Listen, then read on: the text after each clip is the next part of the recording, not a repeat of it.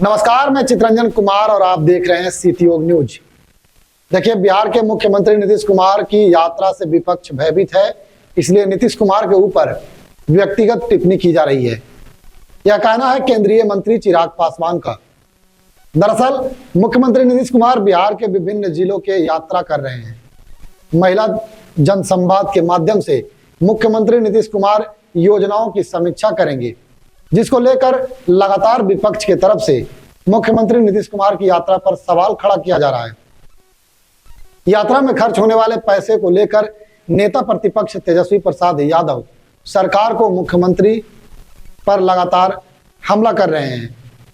इस बीच चिराग पासवान ने कहा है कि मुख्यमंत्री लगातार बिहार का यात्रा करते रहते हैं, लोगों से जुड़ते हैं, समस्या का समाधान करते हैं। 4 सीटों पर हुए उपचुनाव में विपक्ष की जिस तरह से हार हुई है, हताशा में यह लोग इस तरह के बयान दे रहे हैं। दरअसल लालू प्रसाद यादव के बयान पर बिहार की सियासत गर्म है, जिस पर लालू प्रसाद यादव ने कहा कि मुख्यमंत्री नीतीश कुमार यात्रा के बहाने आंख सेकने जा रहे हैं, जिस पर चिराग पासवान ने फटकार लगाया है। आइए चिराग पासवान को सुनते हैं। देखिए, दिक्कत ये होती है कि जो लोग जनता के बीच जाते नहीं है ना, उनको इस बात की शिकायत दूसरों से रहती है कि क्यों वो जनता के बीच जा रहे हैं। उनके परिवार के सदस्य ने मौजूदा मुख्यमंत्री जी के बारे में जिस तरीके से टिप्पणी की है, जहां वो टिप्पणी अपने में एक तरह निंदनीय है, शर्मनाक है, वहीं दूसरी तरफ प्रदेश के मुख्यमंत्री की प्रदेश के लोगों से मुलाकात की यात्रा के ऊपर लगातार इस तरीके से प्रहार करना, ये आपकी घबराहट को दर्शाता है। क्योंकि हकीकत है ये कि जब तक ये लोग सत्ता में रहे थे, कभी इन्होंने जनता से संवाद करना या जनता के बीच जाना ज़रूरी नहीं समझा। जब जब ये या इनके परिवार के सदस्य सत्ता में आते हैं तो अहंकार इतनी चरम सीमा पर होता है कि जनता के बीच जाना तो दूर, जनता के लिए दरवाजे भी इनके बंद रहते हैं। ऐसे में मौजूदा मुख्यमंत्री नीतीश कुमार जी की इस यात्रा के भय से, ये डर का ही परिणाम है कि एक के बाद एक जहां व्यक्तिगत टिप्पणियां मुख्यमंत्री जी के ऊपर की जा रही हैं, जहां अशोभनीय टिप्पणियां उनके ऊपर की जा रही हैं, तो ये बेफिजूल के आंकड़े डाटा निकाल के दिखाए जा रहे हैं। क्या इससे पहले जब इनके परिवार के सदस्य इस पद पर थे और वो लोग जब किसी कार्यक्रम में जाते थे तो क्या उस पर खर्चा नहीं आता था? ये एक व्यवस्था का हिस्सा है, पर इसको इस तरीके से प्रदर्शित करना, इसको इस तरीके से दिखाना आपकी घबराहट को दर्शाता है। आगामी विधानसभा में उपचुनाव ने दर्शा ही दिया।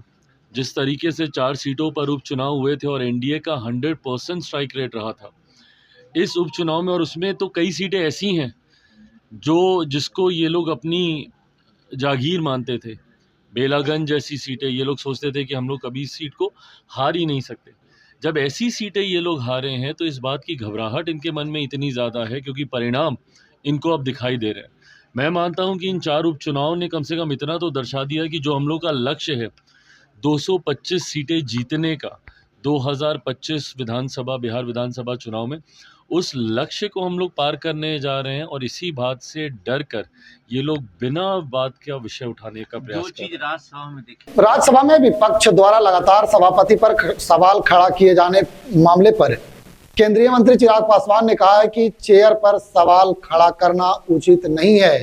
कांग्रेस और उनके सहयोगी दल संवैधानिक संस्थाओं पर चेयर पर जिस तरह से सवाल खड़ा कर रहे हैं, यह सही नहीं है। अराजकता के माहौल में जी नहीं सकते। विपक्ष को संस्थानों पर यकीन करना होगा। जांच एजेंसी हो, चुनाव आयोग हो, एक के बाद एक संवैधानिक संस्थाओं पर सवाल उठा रहे थे। अब राज्यसभा में सभापति पर जिस तरह से सवाल उठा रहे हैं, जो जायज नहीं है। वह एक संवैधानिक पद है और संविधान की मर्यादा में रहते हुए काम किया जा सकता है, और आप सवाल खड़ा कर रहे हैं जो उचित नहीं है। आइए इस मामले को लेकर के चिराग पासवान क्या कुछ कर रहे हैं वह आपको सुनाते हैं। की जा रही है, कांग्रेस के लोग लगातार हमलावर है भारत प्रेसिडेंट पे, कैसे देखते हैं सर? कल भी बहस हो गई है खड़गे जी में। और देखिए, मैं मानता हूं कि इस तरीके से चेयर के ऊपर टिप्पणी करना कतई उचित नहीं है। और कांग्रेस और इनके तमाम घटक दल जिस तरीके से कॉन्स्टिट्यूशनल पोस्ट पर, कॉन्स्टिट्यूशनल संस्थाओं पर जिस तरीके से ये लोग आरोप लगाते हैं, ये सही नहीं है। आप अराजकता के माहौल में आप नहीं जी सकते हैं। आपको संस्थाओं पे यकीन करना होगा। जांच एजेंसीज हों, चुनाव आयोग हों, एक के बाद एक हर किसी पर इन लोगों ने आरोप प्रत्यारोप लगाने का काम किया। और अब जिस तरीके से चेयर के ऊपर भी ये सवाल उठा रहे हैं, ये कतई जायज़ नहीं है। वो एक संवैधानिक पद है जो संविधान की मर्यादाओं में रहते हुए निर्णय लेने का कार्य करता है। ऐसे में जब आप उस चेयर के ऊपर इस तरीके की टिप्पणी करते हैं, ये कतई उचित नहीं है। आप चुनाव को लेकर आप टिप्पणी करते हैं, चुनाव आयोग को लेकर टिप्पणी करते हैं, जिन राज्यों में आपकी सरकार बनती है वहाँ पर आप चू नहीं करते, बट जहाँ आपकी सरकार नहीं बनती वहाँ पे ईवीएम पे ठीकरा फोड़ते आप नहीं थकते। अगर आपको विश्वास ही नहीं है चुनाव आयोग पर या ईवीएम के द्वारा, तो आप बताइए ना, फिर आप लोगों ने झारखंड में इतना भव्य शपथ ग्रहण का समारोह क्यों किया? मना कर देते। महाराष्ट्र में तो आप लोग यही सवाल उठा रहे हैं ना। तो अगर महाराष्ट्र में ईवीएम से चुनाव हुए वो गलत हैं, तो झारखंड में ईवीएम से चुनाव हुए वो सही कैसे हैं? कल प्रियंका गांधी जी जब सदन में बोल रही थी, वो भी इसी ईवीएम के परिणाम से जीत कर आई हैं और उसके बाद वो बैलेट पेपर की वो मांग कर रही हैं। तो जहाँ पे परिणाम आपके पक्ष में आए वो सही। अगर इतना ही है तो आप हिम्मत दिखाइए, जितने आपके सांसद, जितने विधायक हैं जो ईवीएम के माध्यम से जीते हैं, सबका इस्तीफा करवाइए। पूरा विपक्ष एक साथ एकजुट होकर बोले कि हमें नहीं इस व्यवस्था पे यकीन, हम सब इस्तीफा दे रहे हैं। आज ही घोषणा कर दीजिए कि अगले किसी भी विधानसभा के चुनाव या लोकसभा के चुनाव जो ईवीएम के द्वारा कराए जाएंगे, हम उन चुनाव में हिस्सा नहीं लेंगे। पर ऐसा नहीं करेंगे। आपको सत्ता का सुख भी भोगना है जिन राज्यों में आपके पक्ष में परिणाम आए हैं, संसद में भी आपको जाना है, विधानसभा में भी आपको जाना है। पर उसी संसद और विधानसभा में खड़े होकर जिस प्रक्रिया के माध्यम से आप चुनकर आए हैं, उसके ऊपर आपको उंगली भी उठानी है। और उंगली उठाते उठाते टीका टिप्पणी करने से, आप चेयर पर भी इस तरीके के विवादित बयान देने से आप बाज नहीं आते। ये गलत है, ये लोकतंत्र की मर्यादाओं के प्रियंका गांधी खिलाफ। के पहले भाषण को कैसे देखते हैं? कल उन्होंने जो पार्लियामेंट में भाषण दिया, उनका पहला भाषण था। राहुल गांधी ने तो बोल दिया मुझसे बेहतर। नहीं, ये बात तो खैर सही है। ये तो सभी जानते हैं कि भाई राहुल जी थोड़ा सा बोलने के मामले में कमज़ोर हैं, प्रियंका जी उनसे बेहतर देती हैं। बट भाषण देने की शैली से ज़्यादा कंटेंट क्या है वो मायने रखता है। आप उनमें किन बातों को उठा रहे हैं, किन तथ्यों को आप रख रहे हैं। जब संविधान पे चर्चा हो रही है तो कांग्रेस के नेता क्यों नहीं उस काले अध्याय को याद करते हैं जब इन्हीं के नेता के द्वारा, इन्हीं के प्रधानमंत्री के द्वारा देश में आपातकाल लगाया गया था। आज जो लोग संविधान को अपनी जेब में लेकर घूमते हैं, उस वक्त क्या संविधान की हत्या नहीं की गई थी? सही मायनों में अगर लोकतंत्र की हत्या आज़ादी के बाद कभी की गई है तो सन 75 में आपातकाल लगाकर ही की गई थी। और उसके बाद उसी संविधान की दुहाई देते रहना और जो विषय है उसके अलावा दुनिया भर की राजनीति करना, अगर ये आपका आधार है भाषण देने का, तो उससे मैं कतई सहमत चिराग नहीं। पासवान विधायक कब बनेंगे? ये इच्छा मैंने ज़रूर जाहिर की है। मेरा राजनीति में आने का कारण ही बिहार और बिहारी रहे हैं। इस इच्छा को मैंने ज़रूर जाहिर किया है कि सांसद बनने से ज़्यादा महत्वपूर्ण एक मेरे लिए विधायक की भूमिका होगी, जहां अपने राज्य में रहकर मैं अपने राज्य के लिए मैं ज़्यादा कार्य कर सकूं, बिहार फर्स्ट, बिहारी फर्स्ट की सोच को मैं धरातल पर उतार सकूं। ये फैसला आने वाले दिनों में पार्टी को ही लेना है, बट मैं पूरी तरीके से नीतीश कुमार सीएम नीतीश कुमार के नेतृत्व में एनडीए चुनाव लड़ेगा, या हम नहीं, ये चिराग पासवान कह रहे हैं। चिराग पासवान ने कहा है कि बिहार में एनडीए गठबंधन एक है और मुख्यमंत्री नीतीश कुमार के नेतृत्व में हमारा गठबंधन चुनाव लड़ेगा।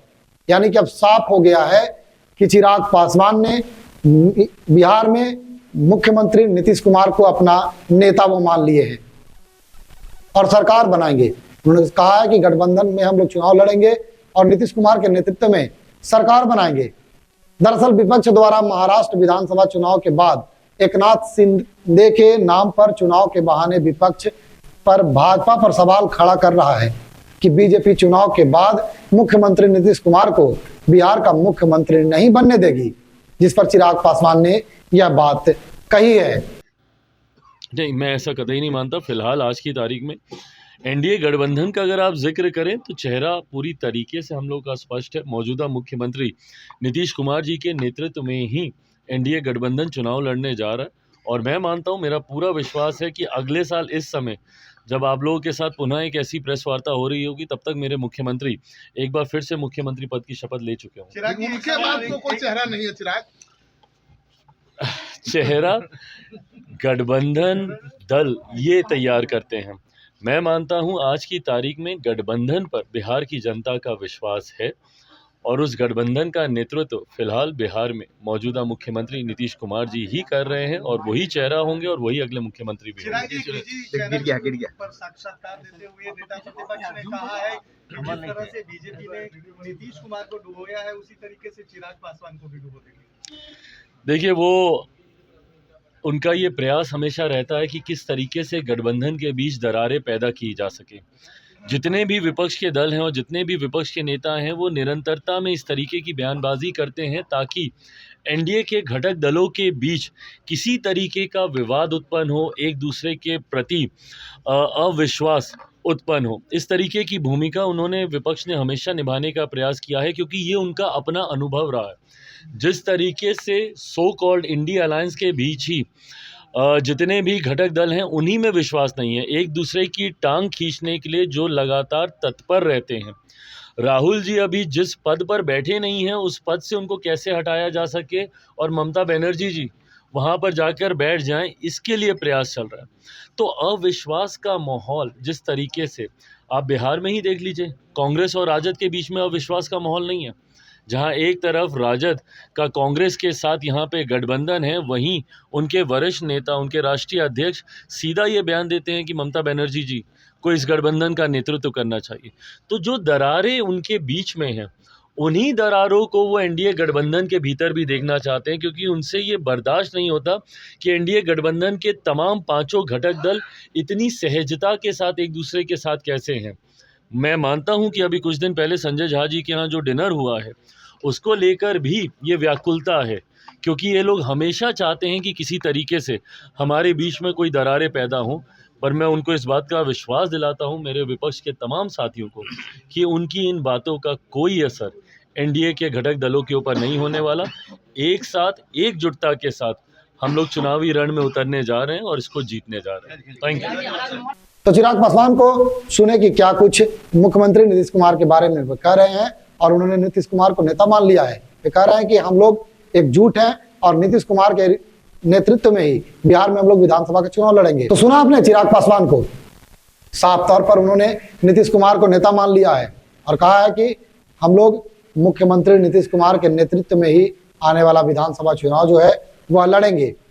खबर को लेकर क्या प्रतिक्रिया है आपकी, वह कमेंट बॉक्स में बताइएगा।